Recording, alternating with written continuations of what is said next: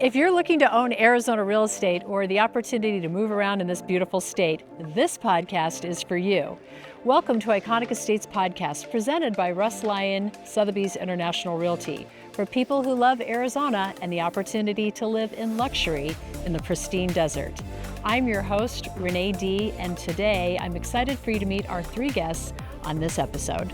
On the pod today, I've got Russ Lyon CEO Todd Gillenwater, who will share with us why they prioritize making a positive impact on the community and how their network of advisors give back.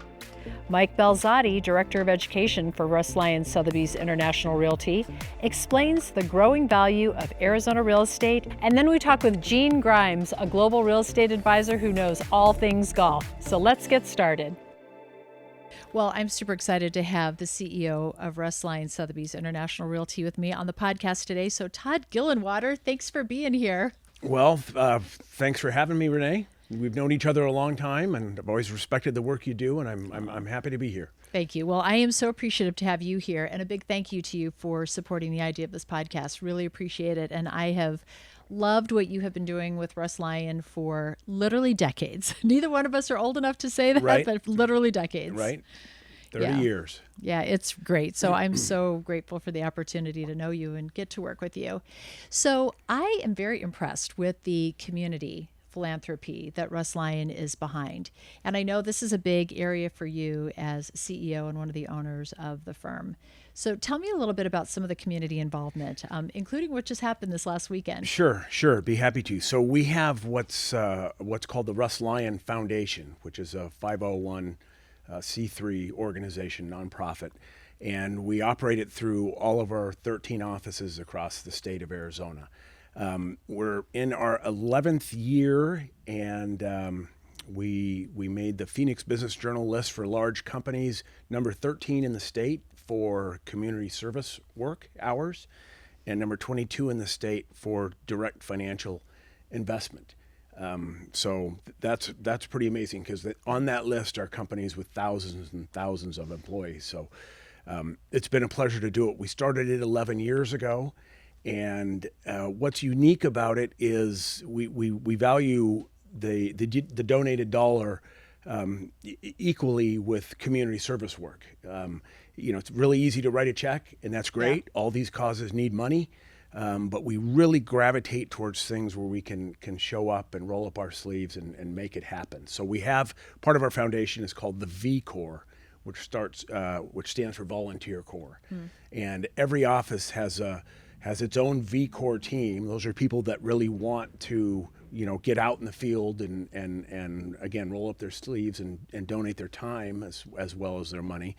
And then they source their projects or their causes locally. Like we don't tell our Tucson office what to do down there. They know their communities, they know where the needs are, and they jump in and make it happen. And the foundation really kind of puts an umbrella over all of these individual efforts, provides direct financial support, marketing support, and so we aggregate these efforts and fundraising that goes on all across the state. Well, and you've got a lot of global advisors who can support that, which is great. So I know just recently you were down in Mexico and you've got a project called Rancho Feliz. Tell me, how did that get started and what's happening down there? Talk about a small world. So 37 years ago, my two older brothers were driving across the border, Douglas to Agua Prieta. Took a wrong turn and ran into a young woman raising 4 orphans in a broken down school bus. So they were on their way to Keno Bay, to the ocean, with a Ford Expedition with a Thanksgiving turkey and everything we Americans tote with us. Yeah. So they couldn't turn around and drive away. That wasn't an option. So they unloaded all the stuff they had that would have been of use to her with these kids, blankets and water and milk and food and everything, and went back across the border and bought a whole bunch more supplies, came back to Scottsdale and reached out to family and friends and said, hey, look, this is 3 hours from here. This is not okay. So started very much a grassroots foundation back then. And, flash forward 37 years, we've Wow. built neighborhoods and daycare centers and computer labs, and we've got kids on university scholarships all over the world, and just done amazing things. So last weekend, the Russ Lyon Foundation was down there with 30 of us, 30 of our advisors, and we worked on 3 families' homes. We poured a slab floor, so mixed the concrete and made it happen. The one other team was interior painting, and I was on a team that built a adobe brick wall for this family that was forcibly moved out of the state of Michoacan because of cartel pressure. So literally for the safety and welfare of this family of 5, they wound up in Agua Prieta. So that's an annual trip that we do, and it's just a great time. That is so exciting. Well, and how interesting. So you've got people that aren't typically pouring concrete slabs and painting and Exactly. building walls and things like that. So people are learning, and is the community involved too? Is the community working too? Certainly. In fact, we kind of laugh because some of the employees of Rancho Feliz, the Mexican nationals, are excellent builders. They're craftsmen. Yeah. And they follow behind us and they straighten the brick wall that we just laid, and they paint over the mistakes and they finish the slab correctly. So it's there's plenty of labor down there, but it's really an exchange of effort. And for our people that live in Scottsdale, Arizona, or Prescott or wherever, to go down there and first of all realize that this is real. That people live this way. How very fortunate we are, and that good fortune in our minds comes with an obligation. And the obligation is to help those in need. And boy, there's plenty of need down there. Mm-hmm.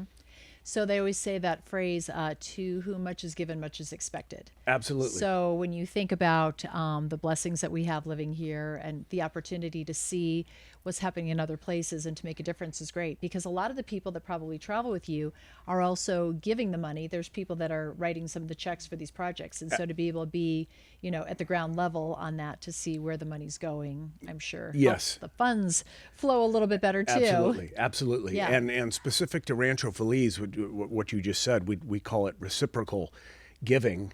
They're booked almost every weekend of the year with youth groups and church groups coming from all over the United States, as far as Canada. The Canadian national women's volleyball team went down there and volunteered. The pictures are hilarious because these girls are 6'4" and 6'5", and most of the Mexicans there aren't. Yeah. But these youth groups, when the bus comes and we got let's call it a van load of American teenagers from Florida. Well, they all have wrapped sunglasses, ear pods.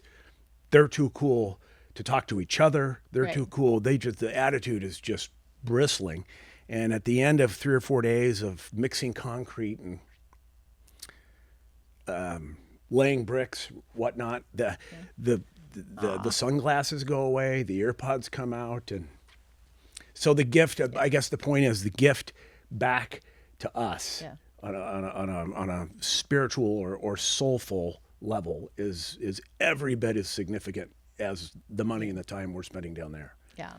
I love that. That's amazing. There are also so many projects that are happening across the company, just like you said, across the 13 different offices, that people are doing charitable projects. And then you also have a program where advisors can just check a little box, and every time they get a commission check, you can snag a little piece of that for the foundation before they get it. Yes, that they can opt into. Absolutely. So the financial side of the foundation, we my 2 partners and I seed the foundation with a donation at the beginning of the year, and then we accept donations from agents and employees, either through commission checks or just outright donations.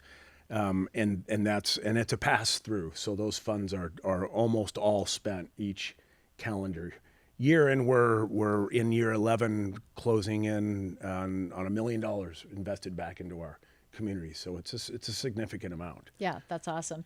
So why is this important to you? Well, as I think, as I stated earlier, as I look at my life personally, born in Arizona in the United States of America with a family that loved me. I mean, I won the lottery the second I was born. 3 hours from here, if you're born there, you have a very different reality. And just just knowing that, I believe breeds of a very important duty or obligation of helping others that aren't as fortunate, because it is not an equal playing field. We might want to think it is, but it's not. If you're born on that side of the border, you have different choices than we do, to put it mildly. Yeah. So it's inextricable to my partners and I to not put those two together. How could we enjoy what we enjoy and not try to help people that aren't as fortunate? Yep. No, I think it is beautiful, and I think it's wonderful that this is something that's so at the forefront of what you do. And when you think about it, your whole role here in Arizona is putting people in houses and helping people move around. And some of these houses are very mainstream, and some of these houses are insane these days, insanely huge and large and luxurious and all of that. And so I love how a 360 is created here to think about housing, Yes. in the full spectrum. Yes, and in Arizona, one of our principal causes is the foster children, and there are 14,000 foster children in the state of Arizona. Which, again, when I first heard that number, I thought, no way, but there are. And so we do a lot of that, and that also fits in with family and home and all those concepts. Yes. And of course, pets. Yeah. Anything with pets is a huge win. Yeah. Well, it's wonderful. And I've had a chance to see some of the other people throughout the organization who are really focused on giving back too. And, people who've recognized and things like that. So on to another topic. So with a company that really cares a lot about philanthropy, you care a lot about your clients.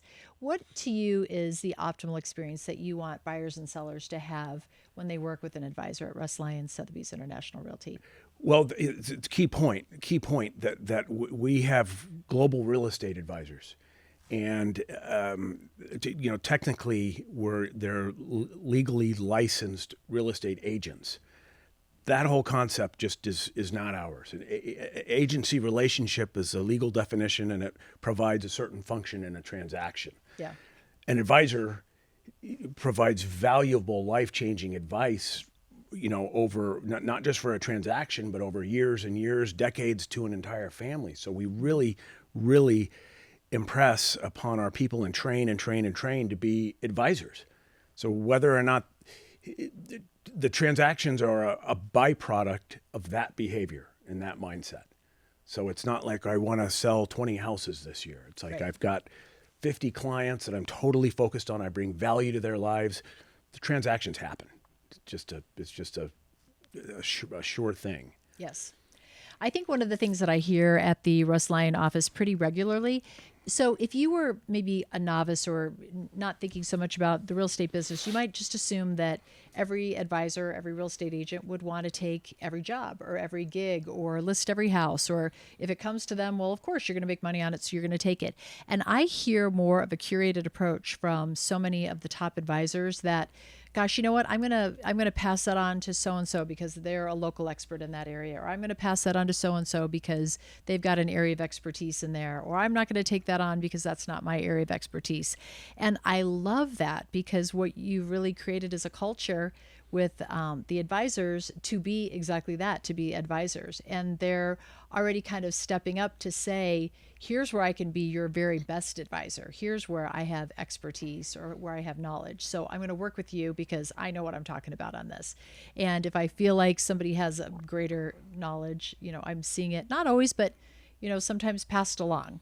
Yeah, absolutely. And it's just a short anecdote. But one of our top advisors sold a $2 million house to a couple in Troon, and she called them a week later just to see how things were going, as she should. And the husband was just embarrassed. He said, "We need you to sell this home and find us another one." And our advisor was, "Oh my gosh, is something wrong? Did something happen?"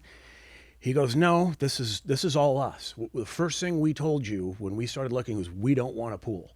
Well, we've been here a week. We want a pool. Oh, And there's no way to put it in this backyard. So can you list this home for resale and find us another? And she goes, well, of course I can.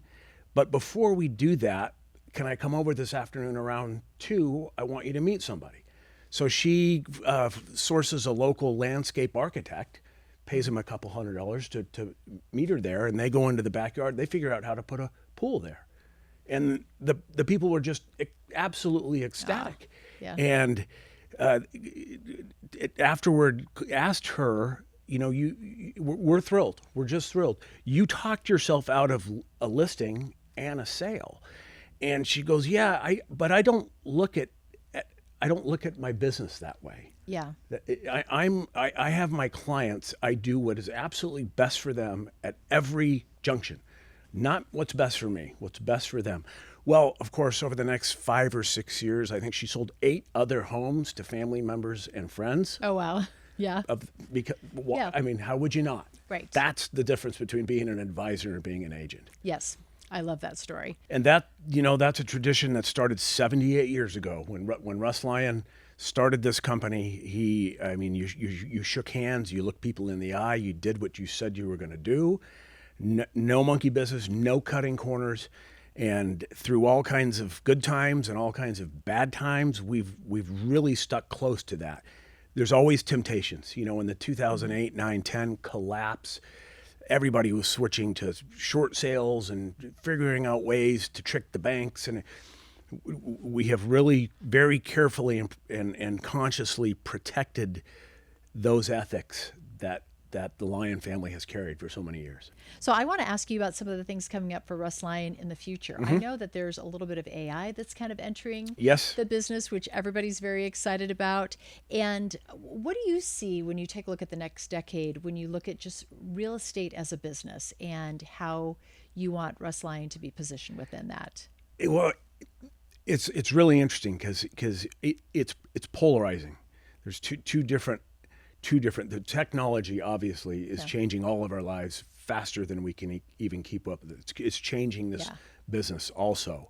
But at the end of the day, this is very much a relationship business. And when it comes time to negotiate and transact one of the most important, or perhaps the most significant financial decision a family will ever make, you want the best person on your team you can get. The technology can't replace that. It just can't, and it won't. But we need to harness it to stay in front of trends and marketing and the way to find the right audience. We get an awful lot of technology assets from Sotheby's International Realty, and that network around the world truly being a global and international we joke that's our middle name, international, but truly being that international company. A lot of people say that, but they aren't. But we truly are. That just gives us again to that advisor capacity. We're helping a client's sister sell their home in Vancouver. We're helping another client's business partner buy a house in Johannesburg. We are a global real estate company. Well, and I love being in the office and seeing those listings from around the world too. You cannot not look at those all the time. They're addicting. Yeah, it's amazing, but it's an incredible network. So when people think, especially, when you take a look at some of the high-end properties that we have here, there are some things being built here that maybe aren't going to be purchased by people who live in Arizona. You can look at some of these properties and see that there's really going to be probably an international buyer for that. And so having access to market those properties and put them in front of the people who really want those properties is a huge distinguishing asset. Absolutely. Yeah. It's an interesting time right now with the practice changes that came about as a result of the class action lawsuit involving NAR. Really substantively changed the way we do business. I'm not sure that regulatory transformation is done yet. There might be some other changes ahead that we're going to have to navigate. Fortunately, at the end of the day, people need to buy homes and people need to sell homes, and they want the best representation they can get. So whatever the rules change to, we'll play by those rules and do what we do. You mentioned people coming from other country's just architecture never goes out of style, obviously, right? I mean, we're seeing some amazing impacts here in the Valley specifically, but even in Sedona. And our diversity of architecture is just phenomenal, from the $25 million house in Silverleaf to the $5 million 200-year-old ranch in Tubac. I mean, our diversity of property type is fantastic. There was kind of a number that was a don't go past number. It was like a $18 million number that was sort of the don't go past that number for a while, where you didn't really see listings past that. And now those 20s and 30s are happening. Yes. We're seeing, we're seeing a lot of them. Yeah. And a lot of those buyers are coming from parts of the country and parts of the world where they look at our real estate prices and we're on sale. California primarily. Right. If you sell in San Francisco, the family home you've had forever, and move here, you've got $20 million in your pocket, and what you get here versus what you get in San Francisco or New York or Palm Beach it's extraordinary. It's extraordinary value, and that's why that market sector is moving. So Todd, I want to ask you, with all the advisors that you work with, how would you say the Russ Lyon Sotheby's International advisors differ from others? Well, that's the beautiful thing about this business is that there almost an infinite number of ways to do it and be successful at any level. It's really there aren't many industries that you can truly say that. We have advisors that are incredibly technologically and social media advanced, and that's their bread and butter. They're good at it. They're super successful. We have an agent that's a Buffalo Bills fan. He holds a Buffalo Bills party at his house for every home game and invites his neighborhood and his church and sells 25 homes a year. That's all he does.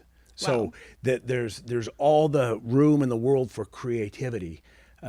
What there isn't room for is the value in the relationship between the advisor and the client. It always comes down to that. You can't fake that. So no matter how you get there, that has to be real, and we are real. And I also know that white glove service is something that you prioritize, from the smallest house that you'll represent to the largest. Absolutely. And again, that it's those transactions are byproducts of behavior, of adding value to relationships. So, we buy the townhouse in Tucson for the client with a kid going to college, and then sell his house on Camelback Mountain and help his brother in Missouri, and whatever needs to be done in the real estate arena. That's what we're here for. What are you most proud of with your many years at Russ Lyon? What are you most proud of over the last couple of decades?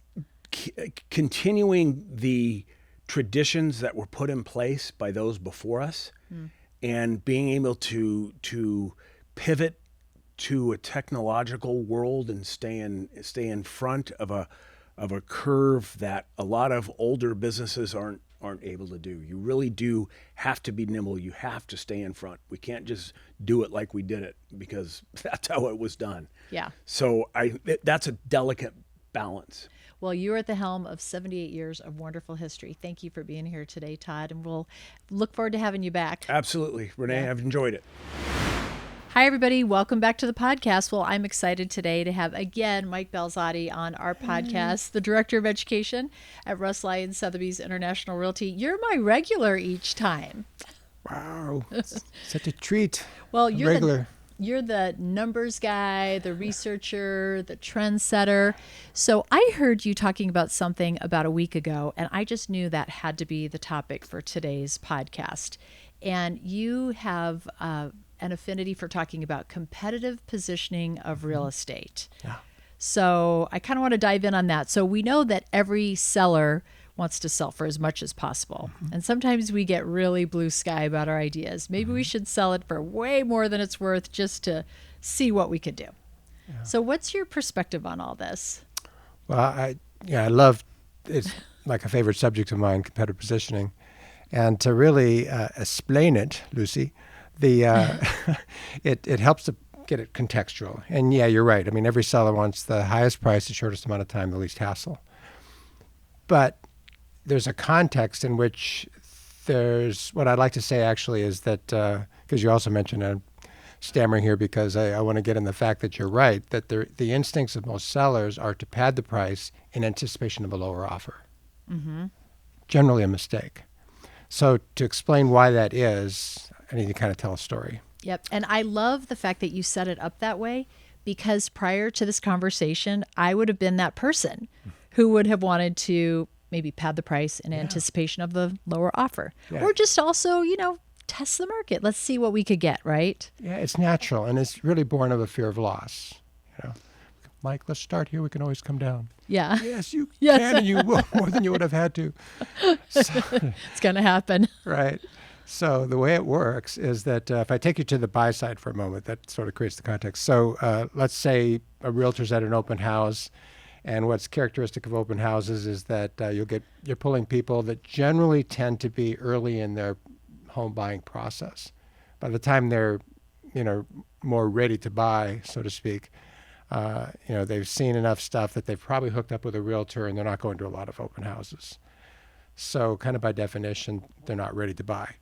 So they walk into your open house. I'm the realtor, let's say, and I greet the person. We talk and show the home. And it becomes very clear that early on that they're not really interested in that house. But as they're freely talking about what they might be interested in, that vision, what that next home looks like in their mind's eye, so to speak, a little light bulb goes off because I know the market. I prepared my open house and I know the competition. And so I say, well, there's something I think you should see. So we make an appointment. I'm excited. They're excited. We go look at the property. And not to my surprise, they like it because it kind of checks all the boxes, but they're not buying it because they're not ready. They are not ready. Those 4 words. You got it. So you have to understand that. You take them out, you show them other properties, and by the time you get to about the 3rd or 4th one, the little light bulb goes off in their head because now they've had enough of a basis of comparison that they realize that when you showed them was fantastic, and now they're enthusiastic about it, but it's sold because it was the next best one. Right. Hence, they join the ranks, and I've got to get my arms free because I've got to show this with yeah. air quotes. Yeah. They affectionately join the ranks of whom I call the hoverers. Yeah. And what they are is, it's an apt description because they're, metaphorically speaking, of course, hovering, waiting for that next best property to come on the market, because what they learn very quickly, and maybe they'll lose 1 or 2 before they really figure it out, hopefully not, but what they'll figure out is that there's always competition for the best. That bears repeating. There's always competition for the best. Yeah. So now turn the tables on the seller side. Those people, those hovers, got to get the air quotes, that are on the hunt, they also tend to sort of not come back. In other words, if a seller figures out that they're overpriced and they adjust the price, they're not new to the market anymore. The buyers are keyed to the fact that the new listings that are where the value's there, they're priced accurately, they're competitively positioned, they go quickly. So they tend to just focus on the new inventory. And maybe I should define competitive positioning. Competitive positioning to me would be, as a seller, and with your realtor, you position your property, you list it where it's would be perceived as the best one in that market segment, all things considered. So there's some subjectivity in that, but that's another whole story. Okay, so when you're targeting the hovers and you've priced it accurately to begin with, you've competitively positioned it, you're creating the most competition. And my one sentence definition I've got a definition for everything. My definition for residential real estate really is competition for the next best home in any given market segment that drives the price and shortens the market time. That connects the dots with what every seller wants, right? Yep. So when you've got all this early activity, psychologically, there's no incentive for the seller to come down. In fact, the buyers who have been hunting and recognize the value and realize that could be competition, they tend to, if anything, get full price, maybe even have to bid the property value up. And this can be true at all price points and even all markets. So that is a great outcome, that you have competitively positioned your property, and now you've got like a little bidding war going for your house. Yeah. So you do well in this scenario. What happens when you don't do this?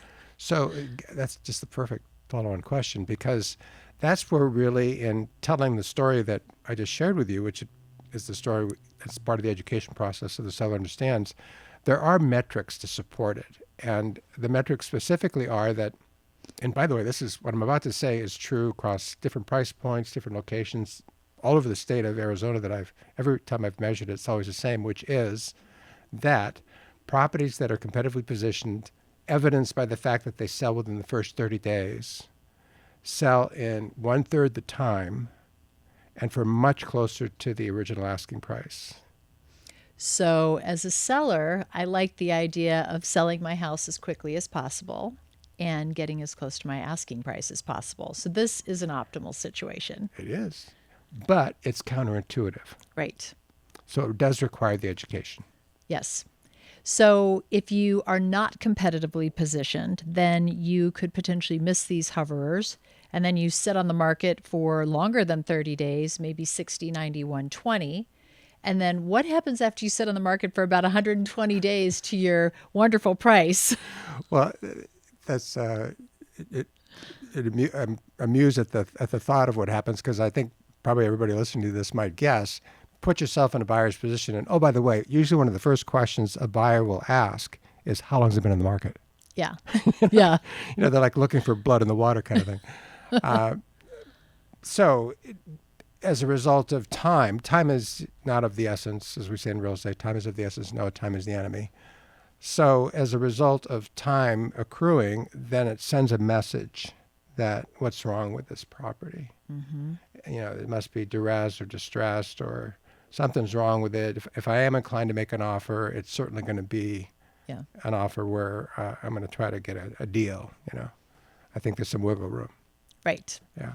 And even if the buyer doesn't try to create a little wiggle room in the price with the seller may be tired of being on the market 4 months later and think, I really need to move this. And then all of a sudden that higher price then has to come down, right? So that you can, because every property will sell, essentially, for some price. Well, that's at a price. Yeah, that's exactly right. So motivation is always the key. But I'm stammering here because there's different ways we describe it to be clever, price improvement. Yeah. Probably the most common one. Yeah. But, people can see in the system that the clock continues to run. Right. So they can change the price, and yet it's still evidence that, matter of fact, there's even a technique, this is getting in the weeds just a little bit, but I'll be quick about it, where realtors will kind of try to reset the clock by taking it off the market and putting it back on. Right. But if you look at the history of the property, you can still see those accrued days. Right. That's for amateurs. Yeah. Well, so kind of a lesson learned here. So if intuitively, from a seller's perspective, you think, well, I'm going to just mark this thing way up and just see what happens. Your see what happens time period is a very valuable amount of time. So while you're seeing what's happening, you're not using your most important first 30 days to create forward motion. Yeah, well, that's absolutely true. And you're making me think that there are situations where it's competitive positioning is difficult, like that's an unusual property, particularly unique. You get into that rarefied air of a lot of the uber high-end stuff. And, there can be a justification for test marketing for a short period of time to kind of gauge what the activity is. But yeah, generally speaking, and I'm repeating myself, but it's so noteworthy that any market segment, in any good market, bad market, doesn't matter. It's competition that drives the price and shortens the market time. My little joke is that people buy by comparison, cars, toasters, houses, spouses. Oh, yeah. That's funny. And, they need that comparative view to become, ready.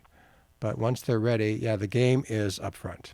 Yep. Your best activity is always your early activity. So this makes me think it has a lot to do. So if you've got a seller who is prepared to competitively price their property, or a seller who is insistent that They want to pad the price just to see what happens. Yeah. That it all boils down to a component of trust, right? So now you want to have a great advisor because you have to really trust your advisor when your advisor says, I know you want this. I'm suggesting this.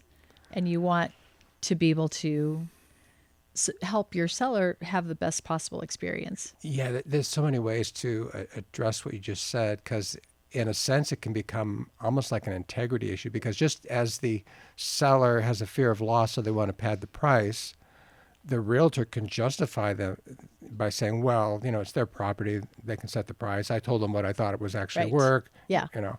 And I call it kind of a bit of a test of integrity, because if you're really serious about being that trusted advisor, you want to kind of go the extra mile to gauge their motivation, to find out if this is something they really need to do, intend to do. So gauging motivation is key. Right.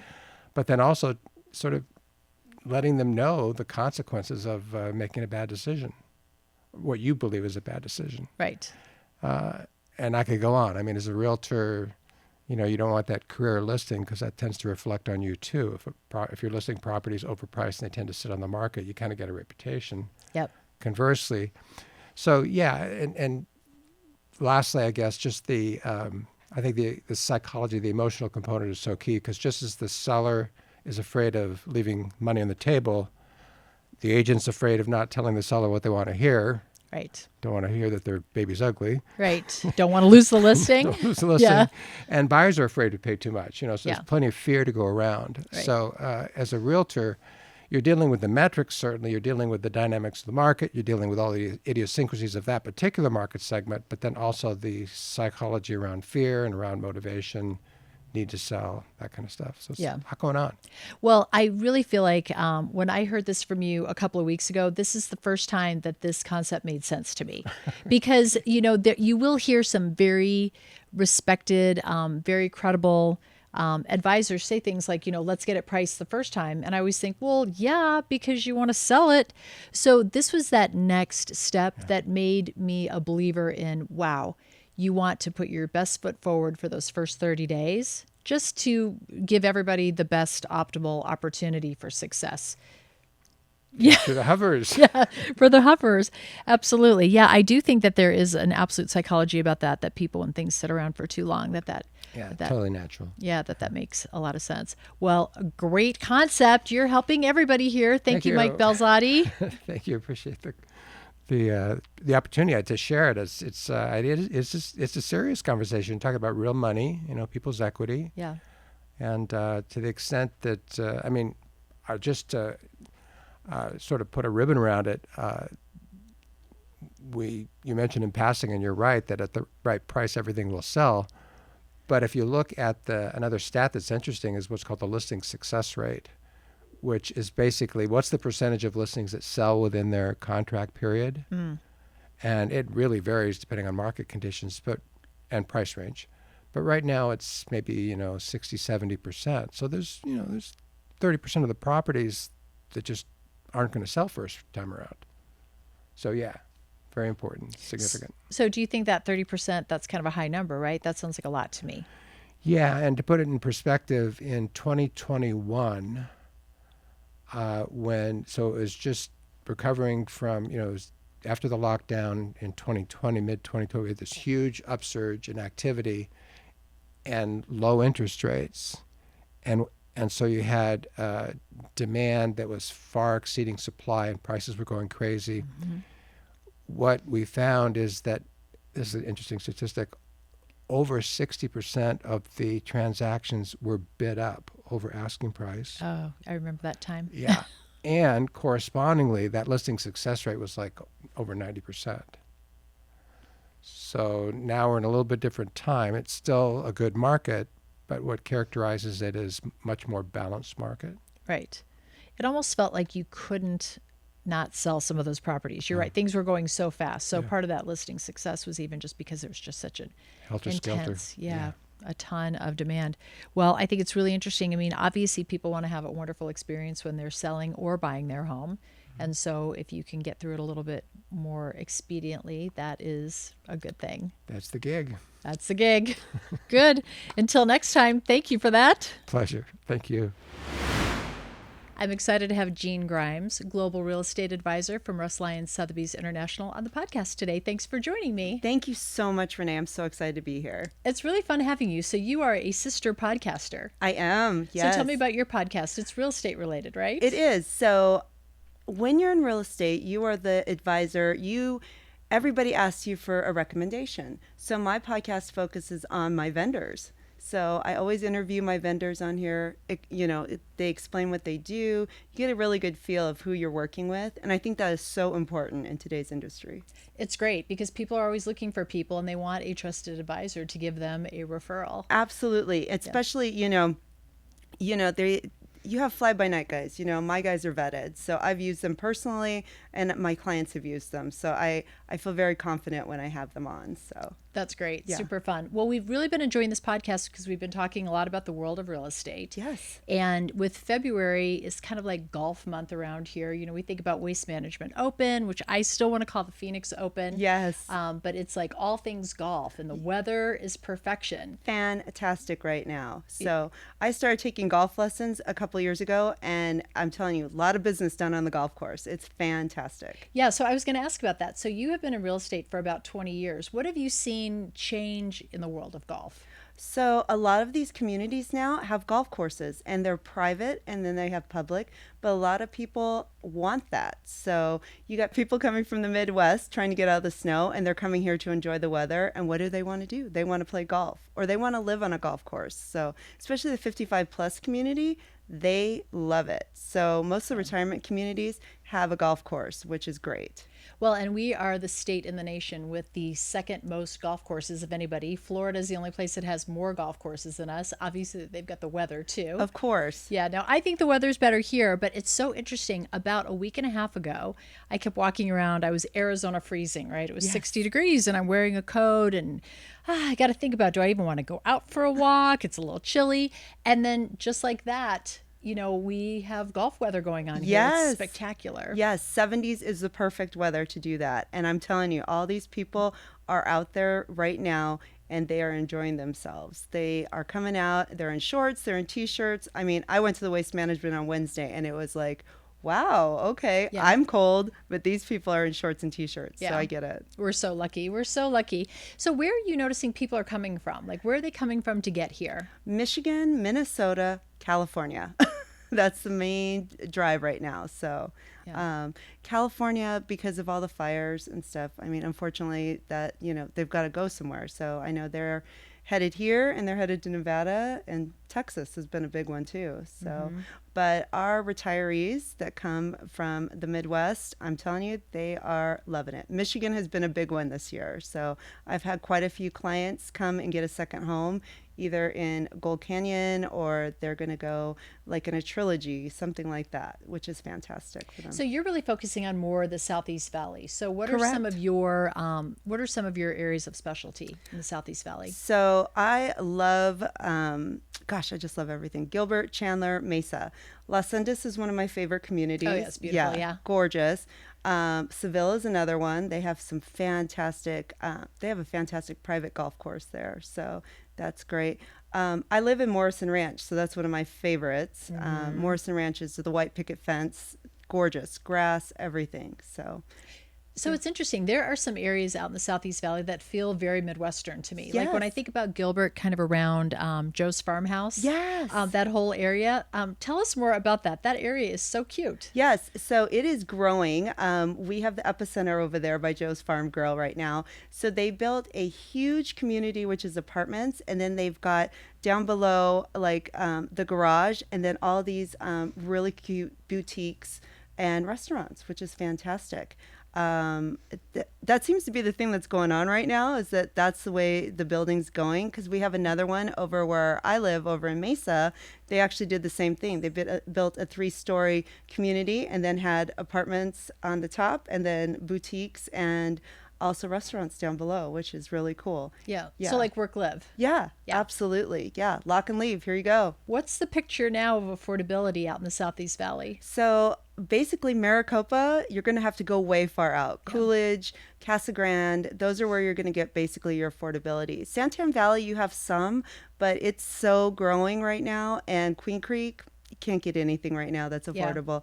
I mean, it's become our new Gilbert, basically. And with all the growth and everything, that's what you've got. What do you think has driven that? I mean, really, the Southeast Valley was maybe a little bit more always family oriented, right? Right. Maybe a little less active. I wouldn't say sleepy by any means, but just a little bit maybe slower. And I feel like there's so much retail and so much entertainment and restaurants that are showing up on that side of town now. Yeah, I think a lot of people came from Scottsdale and they moved their family down because you got more bang for your buck, plus schooling, et cetera. And then the infrastructure came and followed right behind it. Are there some major employers that are driving some of the home buying and home building out there? Absolutely. So Google just is building their basically their base over off of Power and Elliott. They're going to have like it's actually behind my house, to be honest with you. And Meta actually built 3 big warehouses and Amazon as well. So that's all out in the East Valley. So you have a lot of employers with major people transferring in that have to buy. So it's really cool, actually, to be honest with you. It helps the economy so much. So when you're working with clients, what do you feel most proud of with the company that you work with, working with Russ Lyon? The brand. I just absolutely love the brand. And I love the ownership that we have with Russ Lyon Sotheby's. Oh my gosh, I'm telling you, we have such a great company, and just everything with advertising and brand, global brand, networking. That's another thing too. So you have a lot of people. I went to the G&E and I met so many people, and referrals. The referral basis is fantastic. And I feel like it's a company where there's a real collegial spirit, where a lot of the advisors are really aware of what their area of expertise is. Yes. And so some of them are like, gosh, I don't know that area as well. I'm going to forward this piece of business on to somebody else. I do that all the time, especially in the Valley. So like, I don't work the West Valley. So anytime I have somebody over there, I send it right over there. To one of the advisors over there. I mean, there's so many to choose from. So you can find someone that's just going to fit what your client needs. So with the competitive environment that we have right now, what would you recommend to sellers? Like when you're preparing your sellers to competitively position their home, what advice are you giving them about getting ready? So they're going to have to stage their house because everybody wants picture perfect right now. With interest rates, it is so expensive. They don't want to walk into something that, maybe 10 years ago would have been perfect for a fixer because they had the money to do it. Now it's like they have to put it into the interest rate. They want to move and ready home. So I make sure I guide those sellers as soon, we walk through the property, we stage that property, we make sure it looks great in photos, and then go from there. If somebody wants to move to Arizona, what advice would you give them? Okay, first you're going to have to get with a realtor for sure. Definitely do that. And then you're going to find an area of where you want to live. So, you want to kind of break that down, interview your client, find out what they're living in now, and then find out what area would fit them best. So, and then, then we got to go through the process. It's like, we've got to go through lending. We got to go through, finding that home, and then get them through the whole process, hopefully get them to closing. That's awesome. Yeah. Do you feel like it's taking a little bit longer right now for people to find their home or close on their home? Kind of what's been the timeline? Yeah, you know what? It's been a little bit longer. Things are sitting a little bit longer. So you have homes that have been there. I wouldn't call it stale, but they're just there, and people want to know what's wrong with it because they're used to the market moving so fast. But I tell everybody, so take your time. We're going to find that we're going to find that house. I just had a buyer this weekend, as a matter of fact. They weren't looking until May, and they found the perfect house. We went out and we were just looking, just to see what was out there, and they found it. And so we put an offer on it, and they got it, which was cool. I was like, all right. So it just really depends on the client. What would you say is the thing that you love most about being a global real estate advisor? I love helping people anywhere they go. So we have such a great network that, anybody I recommend to any place like out of state, they're always happy and satisfied. So that's my favorite thing. That's awesome. Yeah. Well, thanks for being a part of this today. Well, and thanks, good luck to Renee. you. Keep finding great houses for people. I know. It's a great time, and a great time to buy and sell. So yeah. thank you so much. Awesome. Thanks for joining me today. If you enjoyed this podcast, we ask that you please subscribe to the podcast and hit the bell so that you never miss an episode. And by the way, this podcast was inspired by the Iconic Estates newsletter. If you'd love to get on our VIP list, the link is in the show notes. Until next time, I'm your host, Renee Dee. Thanks for joining me for Iconic Estates.